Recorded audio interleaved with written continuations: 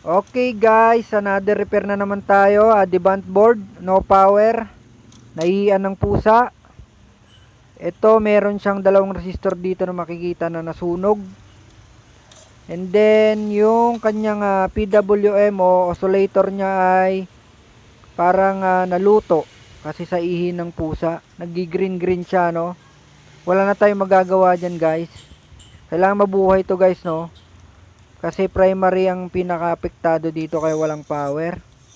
Then dito merong konting parang naging bukbok. Pero tatanggalin natin yan, baka magkaroon ng short dyan. Okay. So sana mabuhay natin to sa remedyo lang. Nang hindi bibili ng bagong board. So okay, pakita ko muna sa inyo. Ito yung tinutukoy kong PWM niya guys na nahihiya ng pusa. Alam ng may-ari guys na nahihiya ng pusa kasi siya mismo nakakita na basa talaga yung likod ng TV.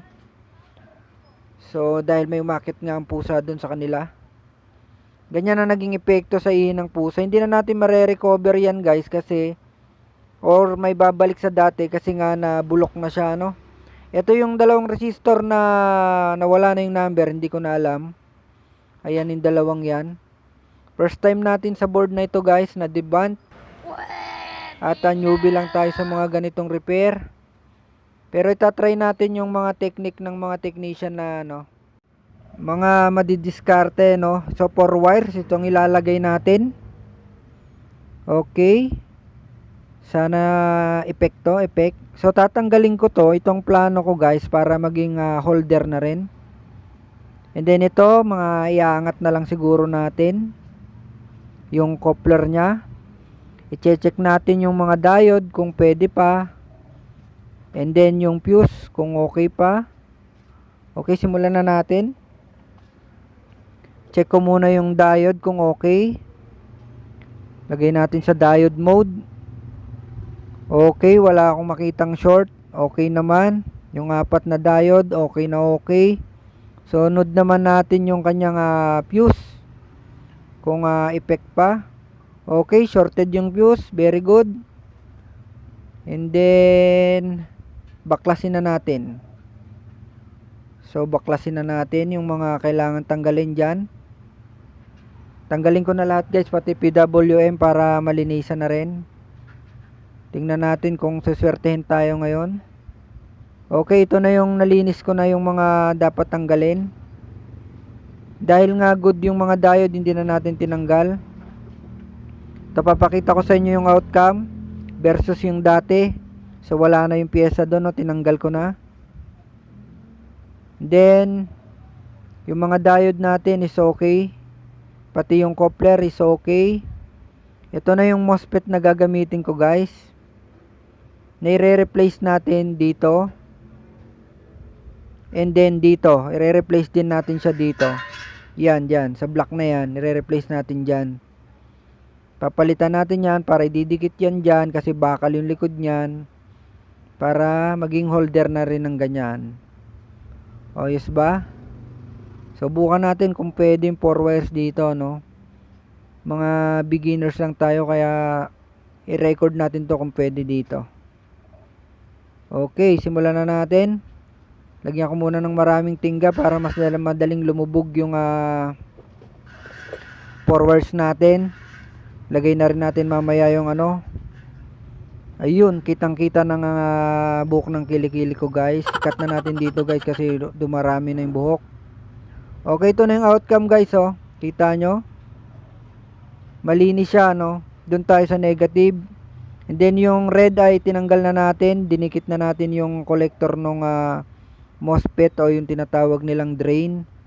So yung yellow at blue, makikita nyo naman dyan kung saan nakalagay. So ganyan lang. Napaka simple lang. Hindi na natin kailangan magtornilyo, no? Matibay naman siya. Actually matibay naman. Ngayon testingin naman natin kung effect. Kunin ko lang yung saksakan natin.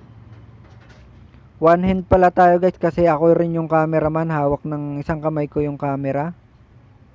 Yung napakagara kong cellphone na ang hirap mag-focus. Ito yung kanyang indicator with power on. I think smart TV na kasi tong demand na to eh. Kaya single na yung ano. Try natin na lagyan ng ground yung negative natin sa tester. Naka ground chassis ground tayo. And then tusukin natin yung anode nung diode na double diode. So 0 yan kasi walang nag-power. Power ko muna.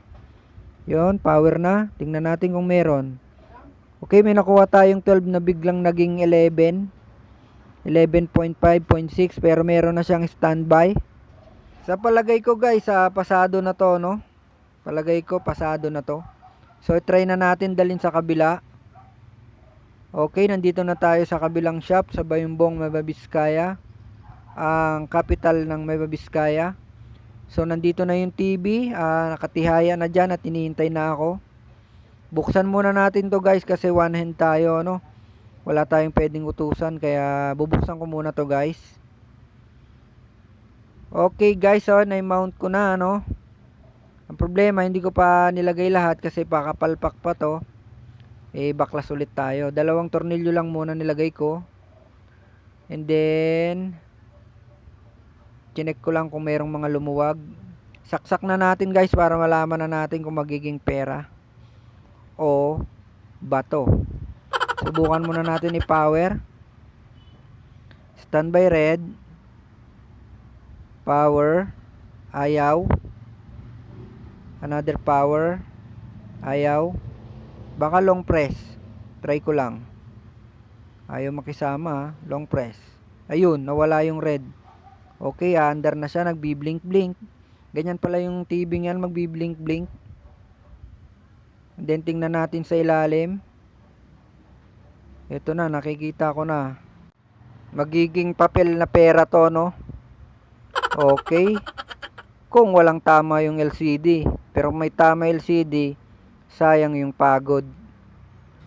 Okay, sana tama tayo dito. Tingnan natin. Ayun. May picture na. Wait, nawala.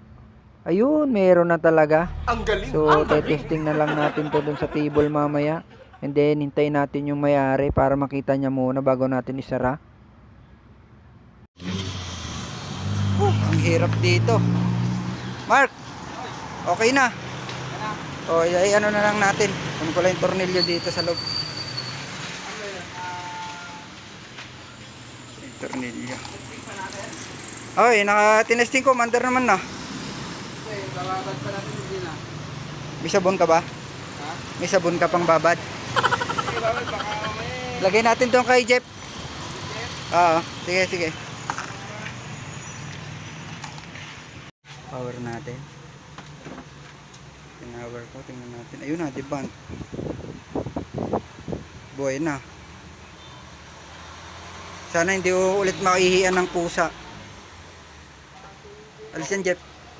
Ito yung may-ari. Kukunin na niya. Wala tayong pang testing kasi hindi niya dala yung remote. Hindi ako sure kung paano pindutin yan dito. Dito. Paano ba pindutin yung ano dito? Wala, kailangan talaga remote siguro. Hindi ko kabisado. Meron sa ilalim. Ay, power on lang yun. Oo, hindi ko sure ka pero yung iba kasi merong ano yung pinipindot tapos lalabas. Ayan, ayan. Parang... Oh, yan. Tapos long press yata. Hindi ko sure eh. Hindi ko kabisado to eh. Kaya mo na total nakita mo naman picture naman na eh, no?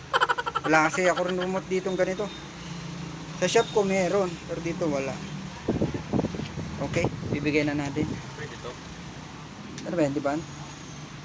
Ba? Smart to. Ang galing! Ang galing!